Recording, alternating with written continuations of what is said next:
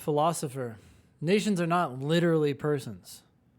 Okay, I agree with that claim. They have no thoughts or feelings, and literally speaking, they perform no actions. Yeah, what the heck are nations? It's almost just like an idea, maybe. Thus, they have no moral rights or responsibilities. Okay, so first of all, that's a conclusion on the basis of these claims. They're not people. They don't have any thoughts or feelings. They don't perform any actions. I guess if that's actually true, boy, it'd be hard to attribute moral rights or responsibilities to them. But we do that all the time. So something's a little like off here, right? Like what's going on? But okay, so that sounds like an intermediate conclusion. It's a conclusion that the author reached, the philosopher reached as she was making her argument, but she's not done yet. But no nation can survive unless many of its citizens attribute such rights and responsibilities to it. They can't survive unless we do this. Oh, okay. 4, nothing else could prompt people to make the sacrifices national citizenship demands. Obviously, then a nation blank. Okay, when you encounter a blank at the end of an argument, you absolutely need to finish it. And what I'm thinking right now is, okay, nothing else could prompt people to make the sacrifices national citizenship demands. So, and we can't survive unless we attribute such rights and responsibilities to the nation. Obviously, then a nation needs people to do this, even if it's not logical, right? It's something's weird about it. Nations aren't really people, but a nation needs people. If it wants to survive, it needs people to attribute rights and responsibilities to it. That seems like where this argument is going. Okay. Which one of the following most logically completes the philosopher's argument? Okay, I tried to complete it, so we'll see what the LSAT comes up with.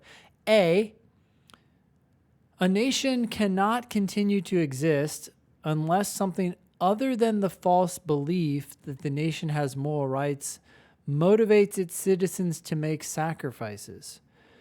Okay, the first part of answer choice A kind of made sense to me. A nation cannot continue to exist unless something happens. But the part after unless doesn't make sense to me. Unless something other than the false belief that the nation has moral rights, something else? Like, we didn't talk about other things. All we did is we said, hey, there's this weird thing. Maybe it's a false belief. I guess we could call it a false belief. But there's this weird thing that happens. People attribute rights and responsibilities to nations, but that's not a real thing. They don't really have rights or responsibilities, but we do that anyway.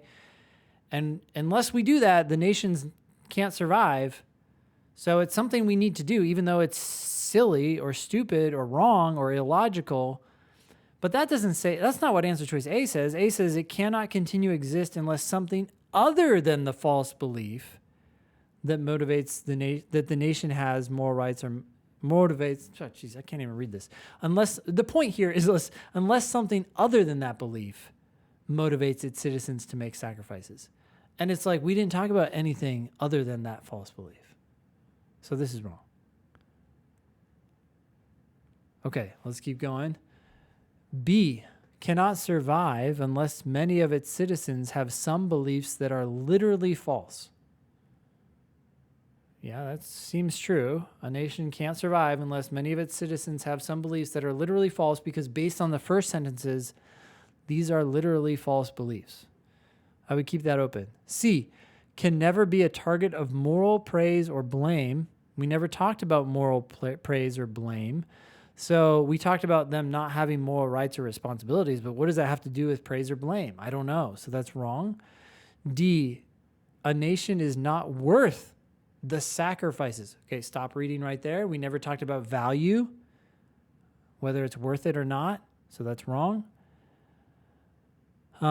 E, a nation should always be thought of in metaphorical rather than literal terms. First of all, the word always is problematic here. The The passage said a nation cannot survive unless many of its citizens do this weird thing. It doesn't talk about always happening. So I'm already not liking this answer. And then the whole metaphor thing, again, the passage didn't talk about that. So should a nation always be thought of in that way? I don't know. I love be a lot better because it did say that these ideas are literally not true. They're false. They're literally false. Okay, so the answer is B. We have a question here. Chris, you said, would A be a good answer if something other than was not in the answer? Well, if we dropped that, if we said a nation cannot continue to exist unless the false belief that the nation has more rights motivates its citizens to make sacrifice, that sounds like it could work. I might be missing something. It's hard to change an answer and then really know whether it would work. But it's easier to disprove answers. That's what I want to say, I guess. I had a harder time disproving B than the others. That's why it's correct. Okay, cool. But yeah, A and B start to sound very similar at that point. Not exactly the same, but pretty similar. Because cannot continue to exist and cannot survive are the same. All right, cool. Any other questions? Sol? Hi. So I know that usually these harder questions come towards the end of the section. This one for me personally, it just had so much jargon that it was hard to keep focus for the entire question. So if this is one of the last questions that we have left, do you recommend skipping or going back to it, or do you recommend just taking care of it in the moment, even if it means maybe not getting to the other ones? Or if you have any other tips for when it gets like this one's like a longer one, I guess, with more jargon to it, if like with more Yeah. conditions. No. So So long-term strategy here is to, when you do a time section or a full timed test, go through question by question and just do the best you can on that question, even if that means you get a little bit caught up in this question and it takes you longer and you're not able to finish as many questions as you'd like to finish, because what you ultimately want to do is get good at reading this jargon. It's not as hard as it seems.